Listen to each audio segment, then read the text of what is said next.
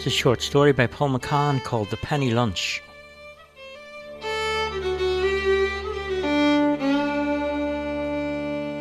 Most people get up every morning and get ready to go to work or school or look after the children. Some get up to pray or fulfill the calling in their life. Then there are those who get up hungry and spend most of the day looking for food or begging to survive. PJ had spent most of his life doing all these things together. He was an ex-priest and had left the church after deciding that the religious life wasn't for him. A few years later, PJ married a girl, but shortly after the wedding day, tragedy struck and she was killed in a car accident.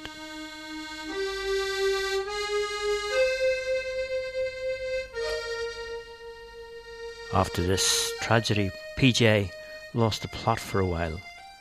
Some say he tried to take his own life a few times before being rescued by an ex-priest who he had known for years. His friend provided shelter and support, and in time PJ was able to get back into the workforce where he got a job in a childcare facility. But that job soon closed, and one by one every other job that PJ took on ended up the same way. And eventually PJ became homeless and hungry. Driven by poverty to the doors of the welfare system, he was sent to the doors of charities for handouts, who told him about the penny lunch in Liberty Street, where on every Friday at noon you could get a feed. It was the church who were the providers of the penny lunches for hungry men. It didn't matter if you hadn't got a penny. You still got a lunch.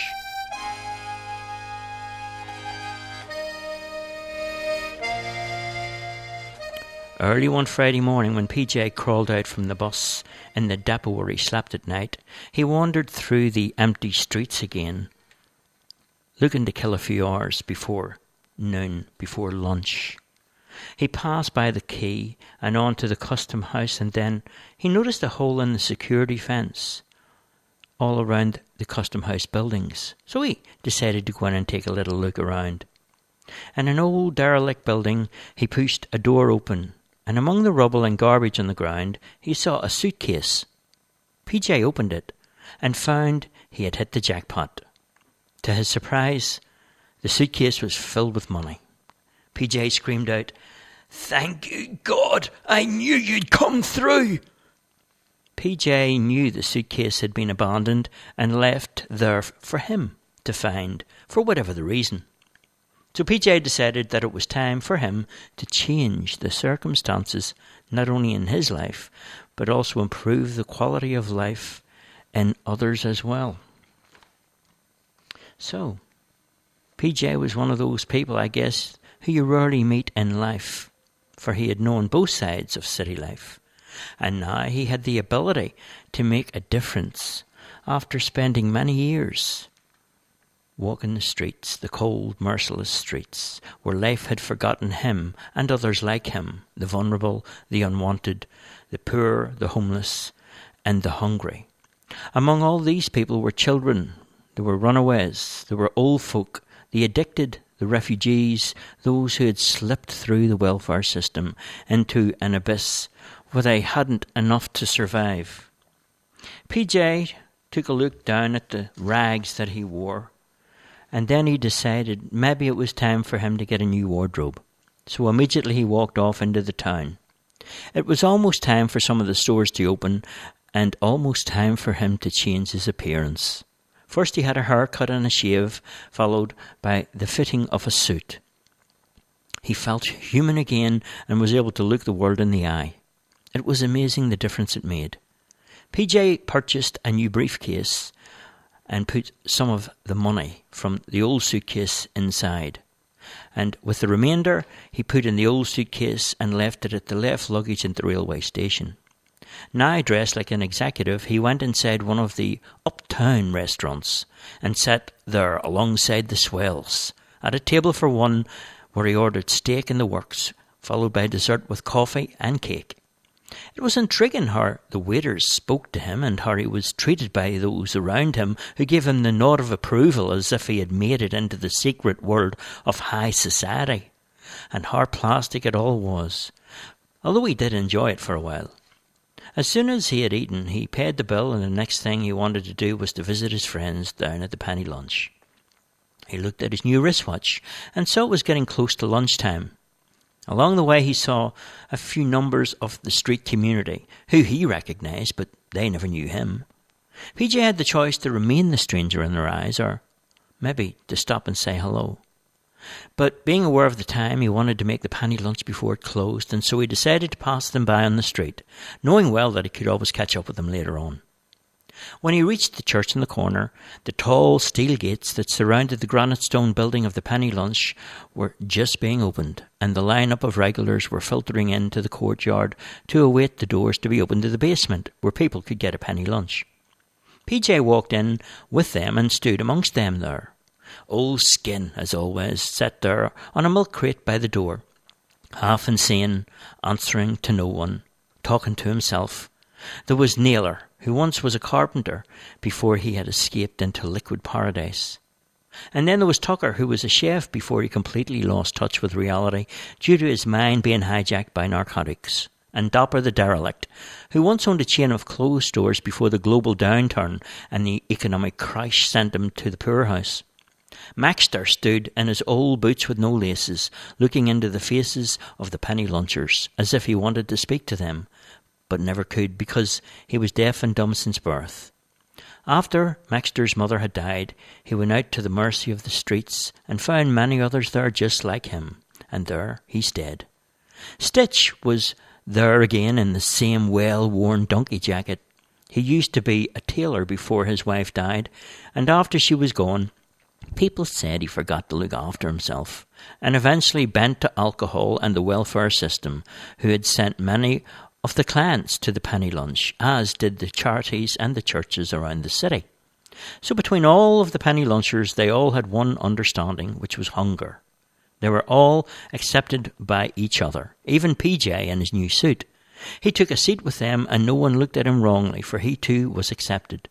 When the basement doors opened, PJ made his way and took a seat on the side near the wall and watched as the derelicts, the vagrants, the unwanted and the unloved started to get into the queue for the lunches to be handed out.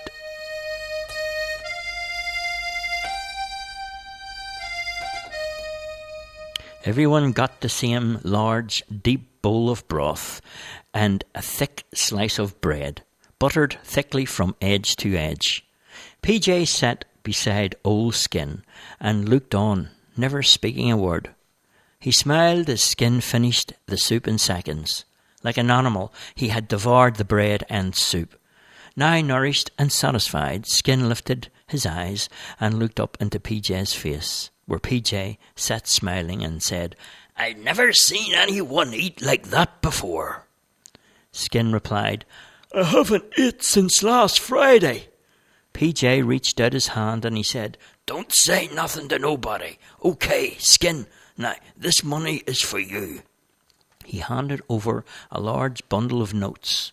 Skin grabbed it and said, "Thanks, mister. Do I know you? What's your name, sir?" "It doesn't matter, Skin, because I know you, and this is our secret, okay?" Skin nodded and smiled, and before he left he said, I'm really glad to know you." With that, Skin got up and left the building.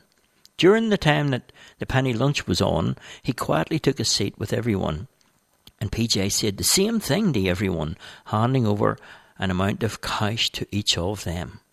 Everyone that day who had come to the penny lunch felt like multi-millionaires. PJ himself was feeling just the same and as rich as anyone could ever hope to be. His next thought was to book into a hotel for the evening and plan the holiday of a lifetime. His mind, though, was elsewhere as he left the building, and he never looked sideways crossing the street. From nowhere, Skin appeared and grabbed hold of PJ and threw him out of the danger zone. The truck driver blew the horn and shouted out something as he thundered past PJ, who lay on the pavement bewildered, but still alive. "Sir, you've got to be careful when you're crossing the roads, you know." Then off he went. PJ got up, and before he picked up his briefcase, a young, well-dressed man grabbed hold of it and ran. But he never even made it to the corner, for Stitch stepped out of a doorway with a bottle in his hand and put his shoulder to the thief, who fell fair and square hard to the ground. Within seconds, Stitch took hold of the suitcase and the thief ran off.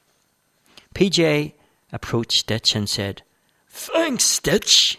"No bother at all. I guess we're square. The thing is, some people don't know what they've got till it's gone. You have a good day, sir."